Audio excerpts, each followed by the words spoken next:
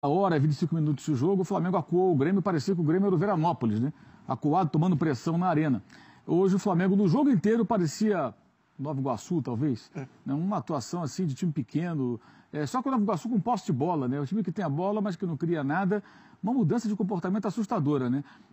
Todo mundo sabe que o Renato, já no vestiário, já espinafrou o time depois do jogo de quarta-feira. Hoje colocou a equipe reserva. E o comportamento do Grêmio hoje foi um comportamento muito competitivo, embora o Grêmio tenha jogado com seus suplentes. O Flamengo jogou com vários titulares, muita gente nas redes sociais questionando, não é que poupou A, B ou C, não tem desculpa. A postura do Flamengo hoje foi o modo banana de 2017, que caracterizou o time várias vezes. Uma mudança de comportamento tremenda e uma derrota vergonhosa. Uma grande vitória para o Grêmio, para o Flamengo um grande vexame. Não merece liderança alguma jogando dessa maneira. Merece perder liderança para o São Paulo amanhã, se acontecer, com uma vitória sobre o Vasco, que seria um resultado absolutamente normal, vai ser algo absolutamente justo. Porque o que o Flamengo fez hoje foi uma vergonha histórica, eu diria. O Flamengo praticamente não ameaçou, né? O Flamengo teve 66% de posse de bola quase que o jogo inteiro. Mas uma posse de bola estéril, a bola circulava ali perto. O grande círculo foi, acho que o pedaço do campo que mais apareceu durante a transmissão na televisão, porque a bola só circulava por ali, o Grêmio boa parte esperava no seu campo, o Flamengo não criava, circulava a bola entre os meias ali, o volante sem nenhuma objetividade, foi chutar a bola no gol no segundo tempo só com 38 minutos por aí, ou seja, estava perdendo o jogo desde o começo do segundo tempo por 2-0, e simplesmente o time não agredia, não finalizava, né? O Paulo Vitor, de fato, só viu a partida. E o goleiro Diego Alves pegou pênalti, fez defesa difícil e tudo mais. Eu acho que a questão aí não é... o Flamengo poupou a zaga, o Juan está mal, isso não é novidade. O Tuller estava machucado, jogou, falhou clamorosamente no segundo gol. A bola do Jael é uma bola para ele cortar de cabeça, ele deixou passar, o Marinho entrou e fez o gol com toda a facilidade. Claro, você poupa jogadores, você pode até argumentar, poupou na hora certa, poupou errado, mas o Grêmio todo era um time reserva praticamente. Então esse argumento cai por terra, não existe essa desculpa, porque elenco é para se utilizar, reservas tem que jogar. Se o Flamengo tivesse vencido o jogo pela formação dos times, essa desculpa talvez coubesse ao Grêmio. Exato. Né? Porque só não poupou o Cortez, porque o Cortez está voltando hoje. Se o Grêmio perde em casa, você fala, poupou demais e tudo. O Grêmio se arriscou, como o Renato tem feito, e foi feliz diante do Flamengo indolente. A atuação do Flamengo hoje foi totalmente diferente daquela que apresentou. Eu diria que no jogo inteiro o time foi concentrado, dominado pelo Grêmio em parte do jogo na quarta-feira, mas o segundo tempo, principalmente os 25, 30 minutos finais da partida, foram de domínio de muita intensidade. Mas há o desgaste, o time não aguentou correr, os jogadores passaram por exames, os jogadores foram avaliados, aqueles que tiveram que ser poupados foram poupados, então quem foi para o campo é porque foi aprovado. E mesmo no começo da partida, a postura do Flamengo era essa. Então não é a desculpa do desgaste. Fosse uma queda no segundo tempo, seria mais compreensível. Não foi assim, a postura foi essa. Repito, a postura do Flamengo hoje foi a postura banana de 2017, que nós vimos em várias ocasiões. O Flamengo não tem quem cobre seus jogadores. Os jogadores se relaxaram, deitados em cima de um resultado bom, pelas circunstâncias, 1-1, mas que não foi uma vitória. Foi a melhor atuação do Flamengo com o Barbieri na quarta-feira. Isso não se apaga, uma coisa não tem nada a ver com a outra. Um jogo é um jogo, outro jogo é outro jogo. Mas o que foi apresentado hoje foi vergonhoso.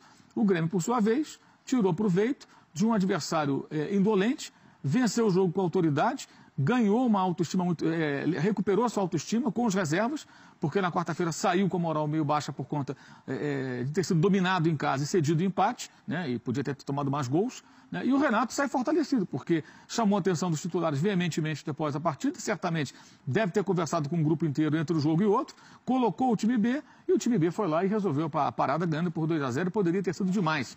Então, o problema mudou rapidamente de lado. Se o Grêmio tinha problemas por conta do que aconteceu na quarta, hoje ele está todo no Flamengo e muito mais intenso. A questão é, quem é que vai apertar esses parafusos? Isso é uma coisa que eu tenho falado há muito tempo. Eu não questiono a capacidade técnica do jovem treinador do Flamengo. 36 anos, já mostrou que ele consegue armar uma equipe.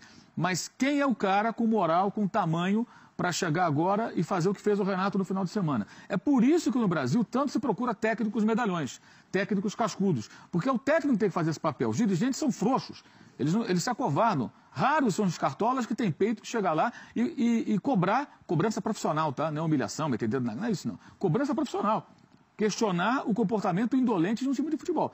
Isso eu não consigo ver ninguém no Flamengo. Quem fez isso uma vez foi o Lomba, que é o vice de futebol, que agora é candidato a presidente, e depois daquela, né, bronca geral que ele deu depois da eliminação no Carioca para o Botafogo, mudou a postura. vejamos como ele vai se comportar, como ele está se comportando agora. Espero que daqui a pouquinho a Gabriela Moreira possa falar um pouquinho sobre isso. Se ele vai se manifestar, se alguém vai dar uma satisfação à torcida por esse papelão ridículo que o time apresentou hoje em Porto Alegre. O Grêmio agora fica tranquilo, vai jogar terça-feira, mas não vai enfrentar um adversário banana. Né? Certamente o Estudiantes jogando lá em Quilmes, embora não seja uma grande equipe, o Estudiantes atual é um time bem mais ou menos, vai oferecer mais resistência e por isso o Renato vai colocar os titulares na Libertadores também. O Flamengo perdeu um jogo para o São Paulo, né, que foi a derrota-chave, uma atuação que eu achei fraca, poderia ter conseguido coisa melhor, criou situações, mas não aproveitou. O Flamengo está chegou agora um centroavante novo, que estreou agora durante esse período pós-Copa, que é o Uribe, está bem fora do ritmo da equipe. O Vitinho fez o seu primeiro jogo como titular, o Vinícius Júnior saiu, está passando por alguns ajustes. Agora, na quarta-feira, o time jogou bem. Essa é a questão. O time mostrou na quarta-feira que é capaz de fazer um bom futebol. E jogou bem ao seu estilo, com imposição, até a questão da posse de bola. Posse de bola não é fundamental dentro do jogo de futebol, você pode jogar de várias maneiras. Mas o ponto relevante na quarta-feira foi o Flamengo conseguir se impor, tendo a bola contra o adversário que, notadamente, joga com a bola e controla o jogo com a bola. O Grêmio é assim. Então foi um jogo de muita imposição técnica, dentro de um estilo que confronta com o estilo do Grêmio, porque são semelhantes, são próximos, e funcionou, porque a atuação foi boa. Não estou falando do placar apenas, falando do contexto da partida. Hoje foi o contrário, hoje foi um time que tinha posse de bola e não fazia nada com ela. Ficava ali trocando passe e tudo mais. Eu acho que são ajustes que têm que ser mais rápidos. Não dá para esperar tanto tempo. Agora, hoje eu continuo achando que a questão é muito mais comportamental. Acho que a partir de um comportamento indolente, você não consegue executar aquilo que é ensaiado, aquilo que é preparado. Se você não tiver uma intensidade muito grande, uma concentração imensa e muita vontade de levar adiante o jogo, achar que vai ganhar naturalmente, as coisas não vão caminhar bem. E um jogador que vira e mexe tem feito um papel um tanto quanto estranho, e eu acho até que isso é até certo ponto natural pela juventude, mas que também precisa alguém mostrar a ele que isso não é o caminho, é o Paquetá. Né? Tem gente especulando aí que o Paquetá vai jogar, não sei, vai jogar em lugar nenhum, não tem proposta nenhuma por ele, o nome dele não é comentado no mercado europeu, ele tem uma multa de 50 milhões de euros, é quase impossível que alguém pague isso, tem que acontecer uma loucura, algum louco aparecer, não vão pagar nessa janela, a chance dele sair pela multa ela é praticamente inexistente.